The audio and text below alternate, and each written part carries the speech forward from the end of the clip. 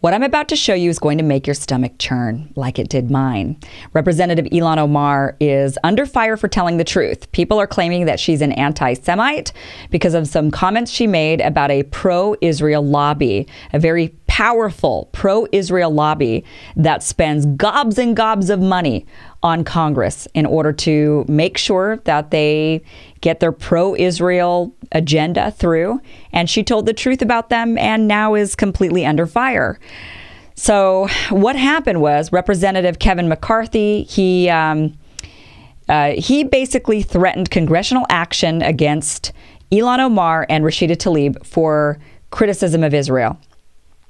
When Ilhan Omar saw this and heard about what Representative Kevin McCarthy was saying, she tweeted a response quoting Puff Daddy, saying, "It's all about the Benjamins, baby."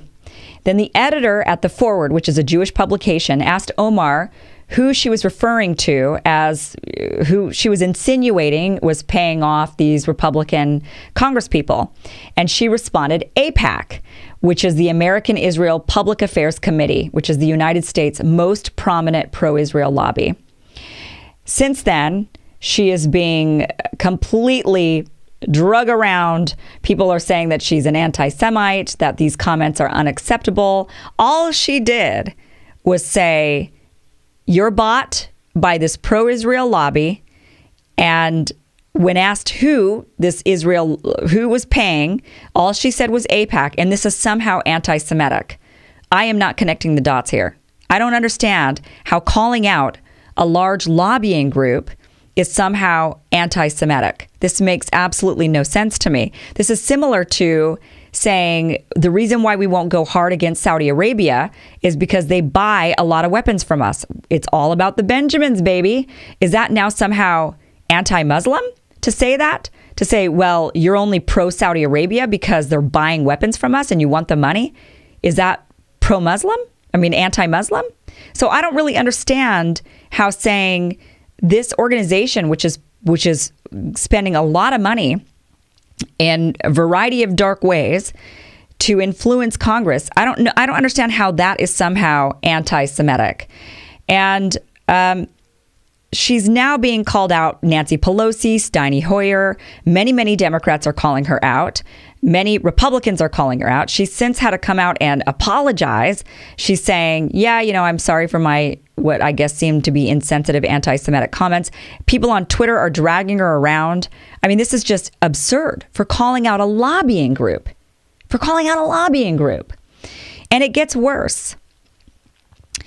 There was actually a documentary series that was done by Al Jazeera. This was actually done in 2016. It was finished in 2017. They were unable to actually publish it. It ended up being censored by Qatar, which is the gas-rich Gulf Emirate that funds Al Jazeera. They actually came under intense Israel lobbying pressure, so they did not release the film. But the Electronic Intifada actually got a hold of the film and released this 4-part documentary series. And you have to watch it. It will make your stomach churn. What I did was I took clips from the series and I condensed it down into a 4-minute piece. So I'm going to show the 4-minute kind of clips that I compiled for you. And this kind of gives you an idea of what Ilhan Omar was talking about. Here it is. To get elected in the American political system, you need lots of money. What AIPAC does is it makes sure that money is funneled your way if you're seen as pro-Israel, and it'll go to significant lengths to make sure that you stay in office if you continue to be staunchly pro-Israel. And on behalf of Congress, thank you for sending a clear and unequivocal message to the world that the United States stands with Israel now, tomorrow, and always. I reject the BDS movement, whether it be on campuses in France and London or right here in the United States of America. May God bless Israel. May God bless the United States of America. May God bless you all. Thank you so much. Thank you. If you get AIPAC support, then more often than not, you're going to win.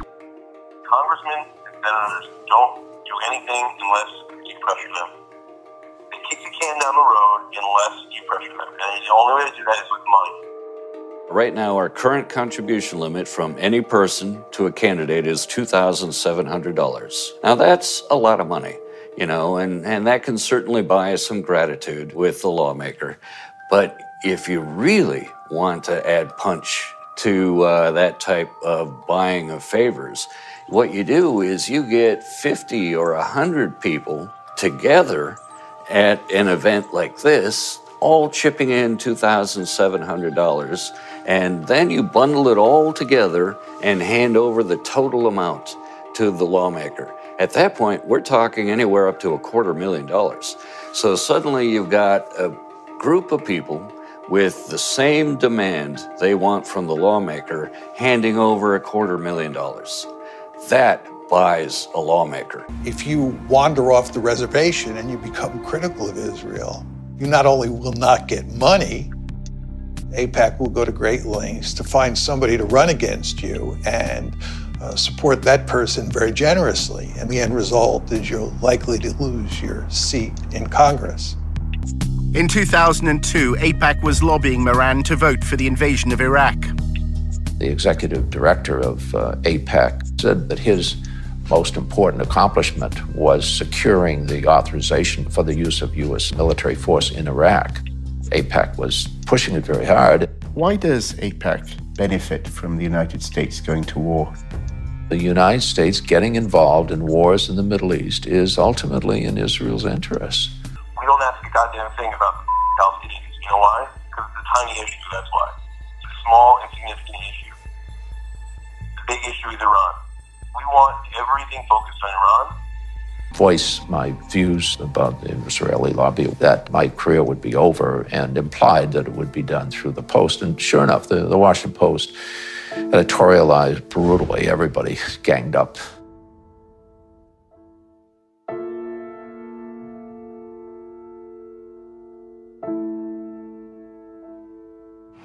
So what are the main outlets that TIP work with? Washington Post is the biggest one. Moran claims the Washington Post's editorial board has a close relationship with AIPAC. The principal editorial board of the Post itself has been a very effective instrument because they've been able to maintain their credibility. And it's a great paper in every other way, but because they have such credibility, they're extremely effective. Everyone knew he wasn't anti-Semitic. Anti-Semitism has come to mean anti-Israel. Both of my daughters married Jewish men. My grandchildren are Jewish. I mean, just unbelievable. Just unbelievable.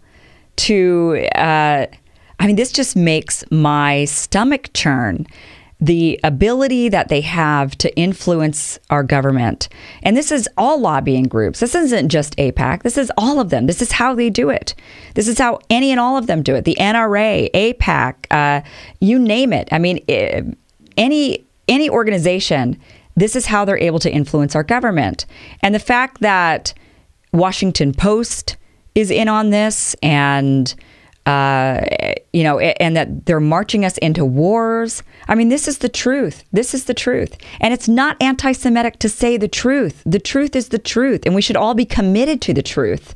And we shouldn't be smeared for speaking out against the reality of what's going on.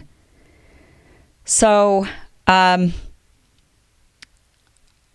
I like is that Ilhan Omar is not really backing down. She has said on Twitter that though she should have, she's saying I should have phrased things differently, but I'm not backing down from the fact that AIPAC is an extremely powerful lobbying group.